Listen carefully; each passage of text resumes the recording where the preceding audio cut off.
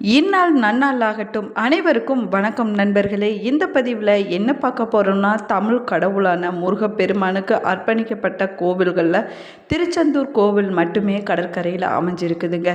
இந்த ஆலயத்தில் பார்த்திங்கன்னா 12 ஆண்டுகளுக்கு ஒரு முறை கும்பாபிஷேக விழாவானது நடைபெறணும்னு சொல்லலாங்க. இந்த கும்பாபிஷேக விழாவில் லட்சக்கணக்கான பக்தர்கள் கலந்து கொண்டு திருச்செந்தூர் சுப்பிரமணிய சுவாமியை தரிசனம் செய்வாங்க. 12 ஆண்டுகளுக்கு ஒரு முறை நடக்கக்கூடிய கும்பாபிஷேக விழாவின் தேதி மற்றும் நேரம் எப்பொழுது, யாகசாலை பூஜை எப்பொழுது தொடங்குகிறது என்பதை பற்றிய சுவாரஸ்யமான தகவல்களை தெரிஞ்சுக்கலாம். வீடியோவை ஸ்கிப் பண்ணாமல் முழுசாக பாருங்கள். சேனலை சப்ஸ்கிரைப் பண்ணலன்னா சப்ஸ்கிரைப் பண்ணிக்கங்க. கூடவே இருக்கிற பெல் ஐக்கானையை கிளிக் பண்ணிக்கங்க. வாங்க வீடியோக்குள்ளே போகலாம். உங்கள் வீட்டில் எப்பயுமே சண்டையும் சச்சரவுமாக இருக்குதா? உங்களுக்கு இன்னும் திருமணமாகவில்லையா? மனதில் குழப்பமாகவே இருந்து கொண்டு இருக்குதா? உங்களுக்கு ஜோதிடமிருந்து ஆலோசனை வேணும்னா இந்த வீடியோவுக்கு கீழே டிஸ்கிரிப்ஷனில் வராகி அம்மன் ஜோதிட நிலையத்தோட தொலைபேசி எண் கொடுத்துருக்குறேன். இந்த எண்ணுக்கு தொடர்பு கொண்டு பேசி பாருங்க. அனைத்து பிரச்சனைகளுக்கும் தீர்வு கிடைக்குங்க. தமிழ் கடவுளான முருகப்பெருமானுக்கு அர்ப்பணிக்கப்பட்ட கோவில்களில் 5 கோவில்கள் மலை மீது இருக்குதுங்க. ஒரு கோவில் மட்டும் கடலோரத்தில் அமைஞ்சிருக்கக்கூடியது தனி சிறப்பாகவும் சொல்லலாங்க. முருகப்பெருமானுடைய அறுபடை வீடுகளில் 2ஆம் படை வீடாக திருச்செந்தூர் சுப்பிரமணிய சுவாமி கோவில் இருக்குதுங்க. இந்த ஆலயத்தில் பார்த்தீங்கன்னா மகா கும்பாபிஷேக விழாவானது 12 ஆண்டுகளுக்கு ஒரு முறை நடத்தப்படுதுங்க. அந்த வகையில் இந்த வருஷம், அதாவது 2025ஆம் ஆண்டு ஜூலை 7ஆம் தேதி கும்பாபிஷேக விழாவானது நடைபெற இருக்குதுங்க. இந்த நிலையில் கும்பாபிஷேகத்திற்கான ராஜகோபுரம் கீழ்ப்பகுதியில் 8000 சதுர அடியில் பிரம்மாண்டமாக யாகசாலை அமைக்கப்பட்டிருக்குதுன்னு சொல்லலாங்க. அதே போல் 2000 சதுர அடியில் பக்தர்கள் அமர்வதற்காக கேலரியும் அமைக்கப்பட்டிருக்குதுங்க. யாகசாலையில் 76 ஓம குண்டங்கள் அமைக்கப்பட்டிருக்குதுன்னு சொல்லலாங்க. யாகசாலையில் வேள்விச்சாலை வழிபாடு நாட்களில் காலை 7 மணி முதல் மதியம் 1 மணி வரையும், மாலை 4 மணி முதல் இரவு 9 மணி வரையும் 64 ஓதுவர்கள் மூர்த்திகளை கொண்டு பக்க வாத்தியங்களுடன் 12 திருமுறைகளும் திருப்புகழ் மற்றும் கந்தர அனுபூதி முதலான தமிழ் வேதங்கள் முற்றொழுதல் நடக்கும் என கோவில் நிர்வாகத்தால் அறிவிக்கப்பட்டிருக்குதுங்க. இதனைத் தொடர்ந்து ஜூலை 1ஆம் தேதி முதல் காலை யாகசாலை பூஜையுடன் கும்பாபிஷேக பணிகளானது தொடங்க இருக்குதுங்க. 12 காலை யாக பூஜைகள் நடைபெறுங்க. வருகிற 7ஆம் தேதி காலை 6:15 மணிக்கு மேல் 6:50 மணிக்குள் கும்பாபிஷேகம் நடைபெற இருக்குதுன்னு சொல்லலாங்க. சுவாமி மூலவர், சண்முகர், வள்ளி தெய்வானை, பெருமாள் ஆகிய சன்னதிகள் விமான கலசங்களுக்கு ஒரே நேரத்தில் புனித நீர் ஊற்றப்படுதுங்க. அதற்கு பிறகு புனித நீர் ட்ரோன் மூலமாக பக்தர்களுக்கு தெளிக்கப்படுதுன்னு சொல்லலாங்க. திருப்பதிக்கு இணையாக பக்தர்கள் எளிதாக நீண்ட வரிசையில் வெகு நேரம் காத்திருக்காமல் அமர்ந்து ஓய்வு எடுப்பதற்காக அகன்ற திரையில படம் பார்த்து தரிசனம் செய்யும் வகையில் பொது தரிசன மண்டபம் அமைக்கப்பட்டிருக்குதுங்க. நிர்வாக அலுவலக கட்டிடங்கள், கலை அரங்கங்கள், பயணிகள் தங்கக்கூடிய விடுதிகள் என அனைத்து பணிகளுமே முடிவடைந்து விட்டதுன்னு சொல்லலாங்க. இதனைத் தொடர்ந்து மற்ற பணிகளோடு ராஜகோபுர பணிகள், விமான தளத்தில் உள்ள மூலவர், சண்முகர், வள்ளி தெய்வானை, பெருமாள், நடராஜர் ஆகியோரது விமான கலசங்களில் தங்க தகடு பதிக்கக்கூடிய பணியானது நிறைவடைந்திருக்குன்னு சொல்லலாங்க. மெகா திட்ட வளாக பணியில் 90% பணிகள் முடிவடைந்து விட்டதுங்க. மீதம் இருக்கக்கூடிய பணிகள் கும்பாபிஷேகத்துக்கு பிறகு நடைபெறணும் சொல்லலாங்க. முருகப்பெருமானுடைய அறுபடை வீடுகளில் 2ஆம் படை வீடாக இருக்கக்கூடியது திருச்செந்தூர் சுப்பிரமணிய சுவாமி கோவிலாகுங்க. இந்த கோவிலில் பார்த்திங்கன்னா தினமும் ஆயிரக்கணக்கான பக்தர்கள் வந்து முருகப்பெருமான தரிசனம் செஞ்சுட்டு போகிறாங்க. முருகப்பெருமான் கோவில்கள் அனைத்திலுமே வைகாசி விசாக திருவிழா பார்த்திங்கன்னா சிறப்பாக நடைபெற்றுச்சுன்னு சொல்லலாங்க.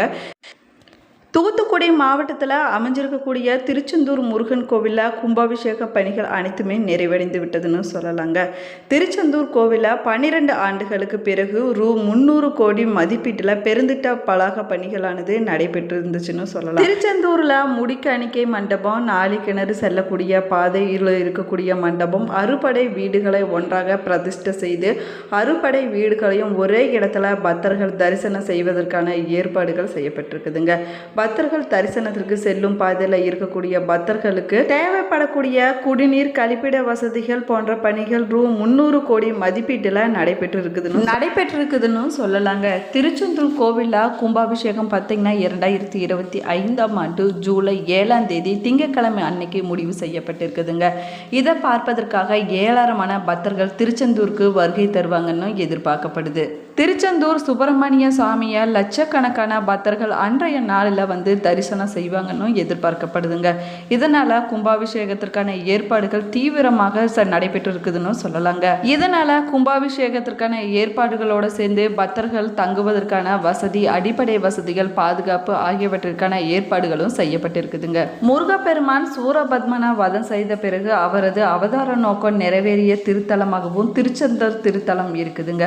முருகப்பெருமான் குரு பகவானுக்கு காட்சி அளித்த அருளிய தலமாகவும் சொல்லலாங்க. முருகப்பெருமான் சிவ பூஜை செய்யும் கோலத்துடன் காட்சி அளிக்கக்கூடிய திருத்தலமாகவும் இந்த தலம் விளங்குதுங்க. முருகப்பெருமானே தன்னுடைய திருக்கை வேளாள நாளை கிணற்றை உருவாக்கிய தலமாகவும் இந்த திருச்செந்தூர் தலம் இருக்குதுன்னு சொல்லலாங்க. அபிஷேகத்திற்கு பிறகு முருகனுடைய திருமேனியில வேர்க்கக்கூடிய அதிசயம் நடக்கக்கூடிய தலம் என பல பெருமைகளையும் சிறப்புகளையும் கொண்டிருக்கக்கூடிய ஸ்தலமாக விளங்குவது திருச்செந்தூர் திருத்தலமாகுங்க. இங்கு நடைபெறக்கூடிய கந்த சஷ்டி பெருவிழாவின் நிறைவிலான சூரசம்ஹார விழா உலக பிரசித்தி பெற்றதுன்னு சொல்லலாங்க. சூரபத்மனை வெற்றி கொண்டதால இங்க கோயில் கொண்டிருக்கக்கூடிய முருகப்பெருமான் ஜெயந்திநாதர் என்றும் அழைக்கப்பட்டாருங்க. அதுவே பின்னாளில் மருவி செந்தில்நாதர் என்றும் அழைக்கப்பட்டதாக சொல்லலாங்க. அதே போல இந்த ஊர் திருச்செந்திபுரம் என்பதிலிருந்து திருச்செந்தூர் என்று மருவி அழைக்கப்பட்டதாகவும் சொல்லலாங்க. சிலப்பதிகார குறிப்புகளின்படி பார்த்தீங்கன்னா இந்த ஆலயம் 2000 ஆண்டுகள் பழமை வாய்ந்ததாகுங்க. இந்த இடம் முன்னர் திருச்சீலரவாய் என்று அழைக்கப்பட்டதாக சொல்லலாங்க.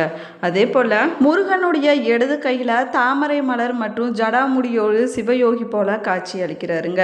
முருகனுடைய பின்புறத்துல இடது சுவரில் பார்த்தீங்கன்னா முருகன் பூஜை செய்ததாக சொல்லக்கூடிய லிங்கம் ஒன்றும் காணப்படுதுங்க.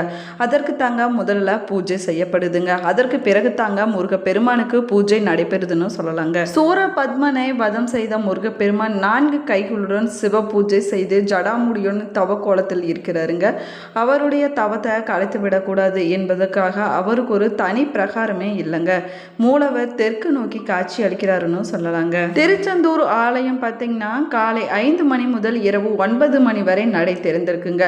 திருச்செந்தூர் முருகோவில 9 கால பூஜைகள் நடைபெறுங்க. தினமும் மதியம் உச்சிக்காலம் பூஜை முடிந்த பின்னாடி ஒரு பாத்திரத்துல பால் அன்னம் எடுத்துட்டு போய் மேல தாளம் முழங்க கடல்ல கரைப்பாங்களாம். இதற்கு கங்கை பூஜைன்னு அழைக்கப்படுதுங்க. சிவலிங்கத்திற்கு உரிய அனைத்து மூர்த்தங்களும் இந்த கோவில்ல அமைஞ்சிருப்பது தனி சிறப்பாகவும் சொல்லலாங்க.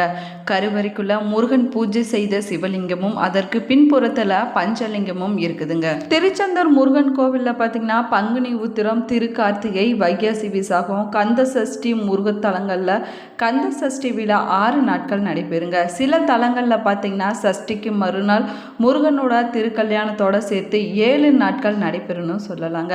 ஆனால் திருச்செந்தூரில் மட்டும் கந்த சஷ்டி முதல் 6 நாட்கள் சஷ்டி விரதம், சூரசம்ஹாரம் 7ஆம் நாளில் முருகன் தெய்வானையுடைய திருக்கல்யாணமும் நடைபெறுங்க. அடுத்த 5 நாட்கள் சாமி திருக்கல்யாண கோலத்தில் ஊஞ்சல் சேவை என இந்த விழா 12 நாட்கள் நடைபெறுங்க. அதே போல நாளை கிணற்றுக்கும் சூரபத்மனுக்கும் கூட ஒரு தொடர்பு இருக்குதுங்க. சூரசம்ஹாரம் முடிந்த பிறகு முருகன் தனது கோபத்தை தணித்து கொள்ள தனது வேலால் வேகமாக தரைய குத்தினாராமாங்க. அப்பொழுது பீரிட்டு வந்த நீர் தாங்க நாளை கிணற்றில் இருப்பதாகவும் சொல்லலாங்க. சூரபத்மனோடு நடந்த போரில் திருச்செந்தூர்ல முகாம் தங்கிட்டு தங்கியிருந்த போர் வீரர்களுடைய தாகத்தை தீர்ப்பதற்காக முருகப்பெருமான் தன்னுடைய வேளால இந்த கிணறை உருவாக்கியதாகவும் சொல்லலாங்க. கடல் பரப்பை விட கீழ் இருக்கக்கூடிய இந்த நாளை கிணற்றுல ஊறும் நீர் பார்த்தீங்கன்னா கடல் மண்ணினால வடிகட்டப்பட்டு ஓர்ப்பு இல்லாம இனிப்பு சுவையோட இருக்குதுன்னு சொல்லலாங்க. படையெடுத்து செல்லக்கூடிய படை வீரர்கள் தங்கும் இடம்தாங்க படை வீடாகும். அதன்படி சூரபத்மன் வதம் செய்வதற்காக தளபதி வீரபாகு உள்ளிட்ட படை வீரர்கள் தங்கி இருந்த இடம்தாங்க திருச்செந்தூர் சுப்பிரமணிய சாமி கோவிலாகுங்க. சூரபத்மன் என்ற அரக்கனை ஐப்பசி மாதம் வளர்பிறை சஷ்டி அன்னைக்கு தாங்க வைரவேல் கொண்டு வதம் செய்த தினம்னால கந்த சஷ்டி விழா சூர சம்ஹாரம் என விமர்சையாக கொண்டாடப்படுதுங்க. 157 அடி உயரம் கொண்ட இந்த கோவிலின் கோபுரமானது 9 தளங்களை கொண்டதாக அமைஞ்சிருக்குதுங்க. இந்த கடற்கரை கோவிலுக்கு செல்லக்கூடிய பாதையில தொடக்கத்தில் இருந்து சுமார் 3 பாறாங்களுக்கு முன்பு தூண்டிகை விநாயகர் கோயில் அமைஞ்சிருக்குதுங்க.